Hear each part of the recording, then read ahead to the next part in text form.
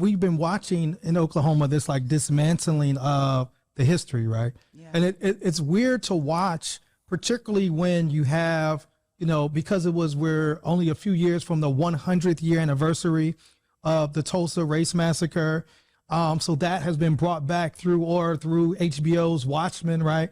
And we're also just watched Killers of the Flower Moon, which talked about the Osage population here in Oklahoma and how they were systemically murdered over this land and this oil and and so it's wild to see that in popular culture, but at the same time, the state of Oklahoma banning books and dismantling equity education. Last year, the Oklahoma superintendent of schools actually said that the Tulsa race massacre was not about race.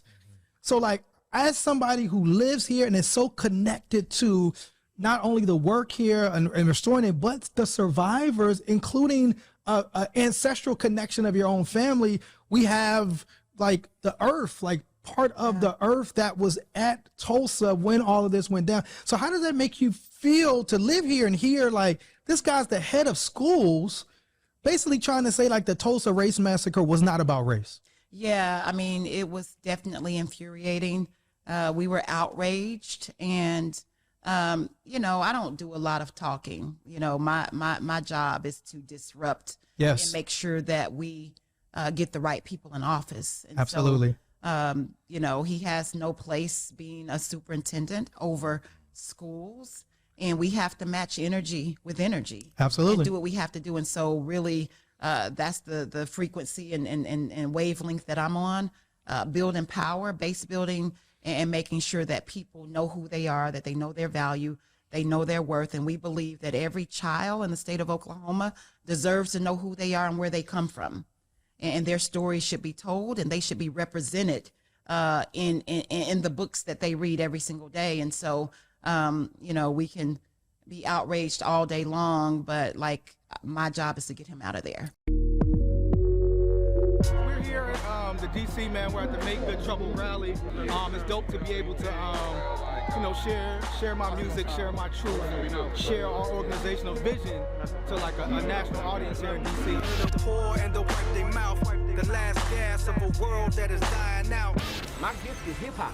So I use hip hop in the way I was supposed to use it in order to shake up all the negativity, the hatred, the discrimination in this world. Absolutely. And particularly, I think like as a Black, when I came here last year, that's what I want to see.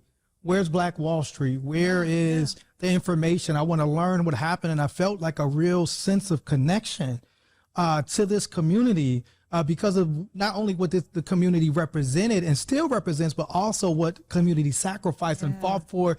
And so it is powerful. And to me, it makes me feel good to know like you're here, like you said, not doing a lot of talking, but really doing the work of like rebuilding, and that you are connected to that legacy. So I just did want to say thank you to you to be in this space. It's just a different energy when we're in here, knowing that this is like a Black space. This is our space. Our space. In this historic place. So I want to pass it to my co-host to see. I have a question. Yes, sir. Because one thing I know about like carrying on a legacy and passing on the torch and making sure that, everyone who has been impacted by this is good and in a position to thrive. While it's great work, I know it's not easy work at all by any means. And I also know that like for you specifically, it's not easy to have to wake up every day and be reminded of what happened to not only your brother, but your ancestors as well. And I'm just wondering, like, what do you do to take care of yourself? Yeah, that's the $1 million question. And I don't do a good job. And so I need that accountability because when they killed my twin. Yeah. We were in the womb for 9 months, and there's something truly special about twins. We had this sixth sense. Like, if he was hurting, I felt it in Alabama. We were inseparable until I went off to college. You get what I'm saying? And I had this eerie feeling like that day, that morning. Wasn't sick or anything, but it was just this feeling. And I happened to pull up my phone and just pull up a picture of my twin, and And my colleagues were like, hey, what's going on with Terrence? I said, he's getting ready to start school today. We just celebrated our birthday, and every birthday all the way up until we turned 40, we had a birthday cake, no matter if I was in Alabama. And it was just something special about that connection and that bond. And when the woman took his life, I felt like she killed me too.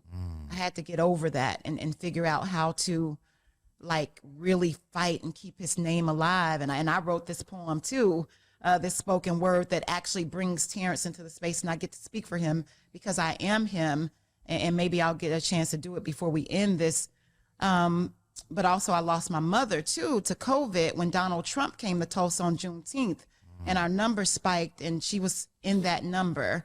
And I'm like, man, they keep getting us. The government keeps getting my family. Generational trauma has reverberated through my family. And so I have this fire burning in my belly that I'm trying to put out, and I can't rest. You get what I'm saying? And I'm afraid to rest because I don't want it to happen to Terrence Jr., his son. But I say all that to say that in order to do this work, you have to have a strong mind. And one thing I do is I work on my mindset. I work on my mental muscle. So I get up every morning at 4:30 and I meditate, and I feed my mind, and I starve my doubts, and I detox. I detox my mind, and I try to replenish it with something positive, with a daily devotion, with a book, with some gospel music, with some jazz. And I've done that for the last 15 years. And I think it really prepared me to get on this battlefield and fight, because my mental capacity was strong, and I have to commit my thoughts to a higher power, because if I just stayed in a physical realm, I don't know what I would do. I would be in a straitjacket. So I'm really always flowing and operating in a higher space, a higher power to help me navigate this toxic world. And so I'm good on the meditation. I need to do more exercise. I need to drink more water. I need to sleep more. So I'm always asking other people, have you taken your meds? Yes. MEDS. And I got the M right, the meditation, but I got to do better on the other pieces. So I appreciate that question. And I'm just asking everybody, just check in on me. Ask me if I'm drinking water, you know, take me for a walk, you know, because she killed my brother. Yeah. Donald Trump killed my mother. Yeah. And This city burned down my grandmother's community, and I can't rest. I feel that. Wow. And a follow-up question to that, because I know that oftentimes we're taught that like we have to do the healing by ourselves, and it becomes like this real individualized practice. But it's like, I feel like true healing can't be done in solitude. We have to find our connection to community, but also our connection to a higher power. But my question is like, how do you engage in healing with the community or with your community? Yeah, absolutely. I do have a community of angels. My family is like my number one. And so we've been through a lot together. So I come from a background of faith. My parents are gospel ministers. We met your dad, You who met was Reverend Joey Crutcher. That's super, you know, he just came in and had an energy to him that was really powerful. Yeah, and he, you know, he's one of the strongest men I ever met. He's lost 3 sons and a grandson.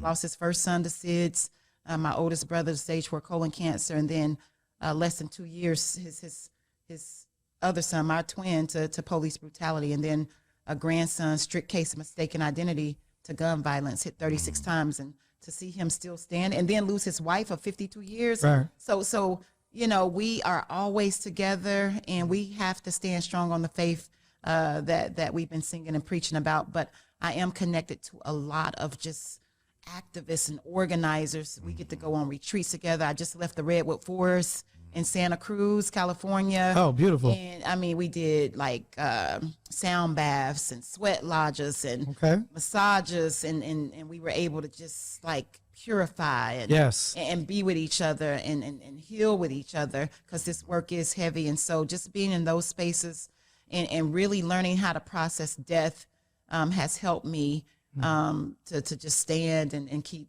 you know, fighting this ugly fight. Yeah. Thank you for asking that. Of course.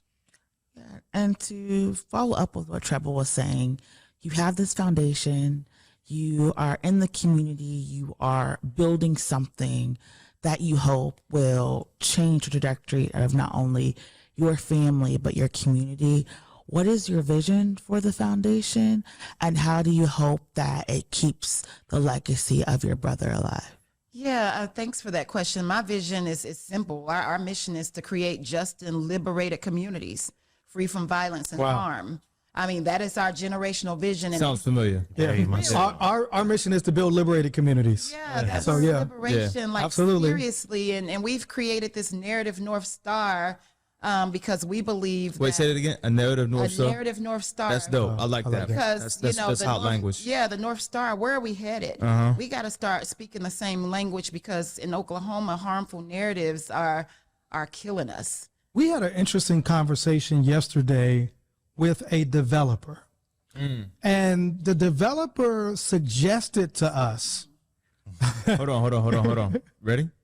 Ready for what he's about to say? I'm ready because when you said, I'm interested, I'm The curious. developer suggested to us, and this was somebody not from Tulsa, who's been in Tulsa for a while, but not from here. And she seemed to suggest that the focus on race and Black people's focus on the history of Tulsa was one of the principal things that was preventing the development in the Black community in Tulsa. And she suggested, and this is a woman who is not white, but not Black. And she suggested kind of that focus on race is what was like stalling out and part of the reason why like North Tulsa hasn't developed to the rate or the gentrification that's happening on Black Wall Street. As a Black person, like how do you, you probably hear that. I'm assuming you've heard that before.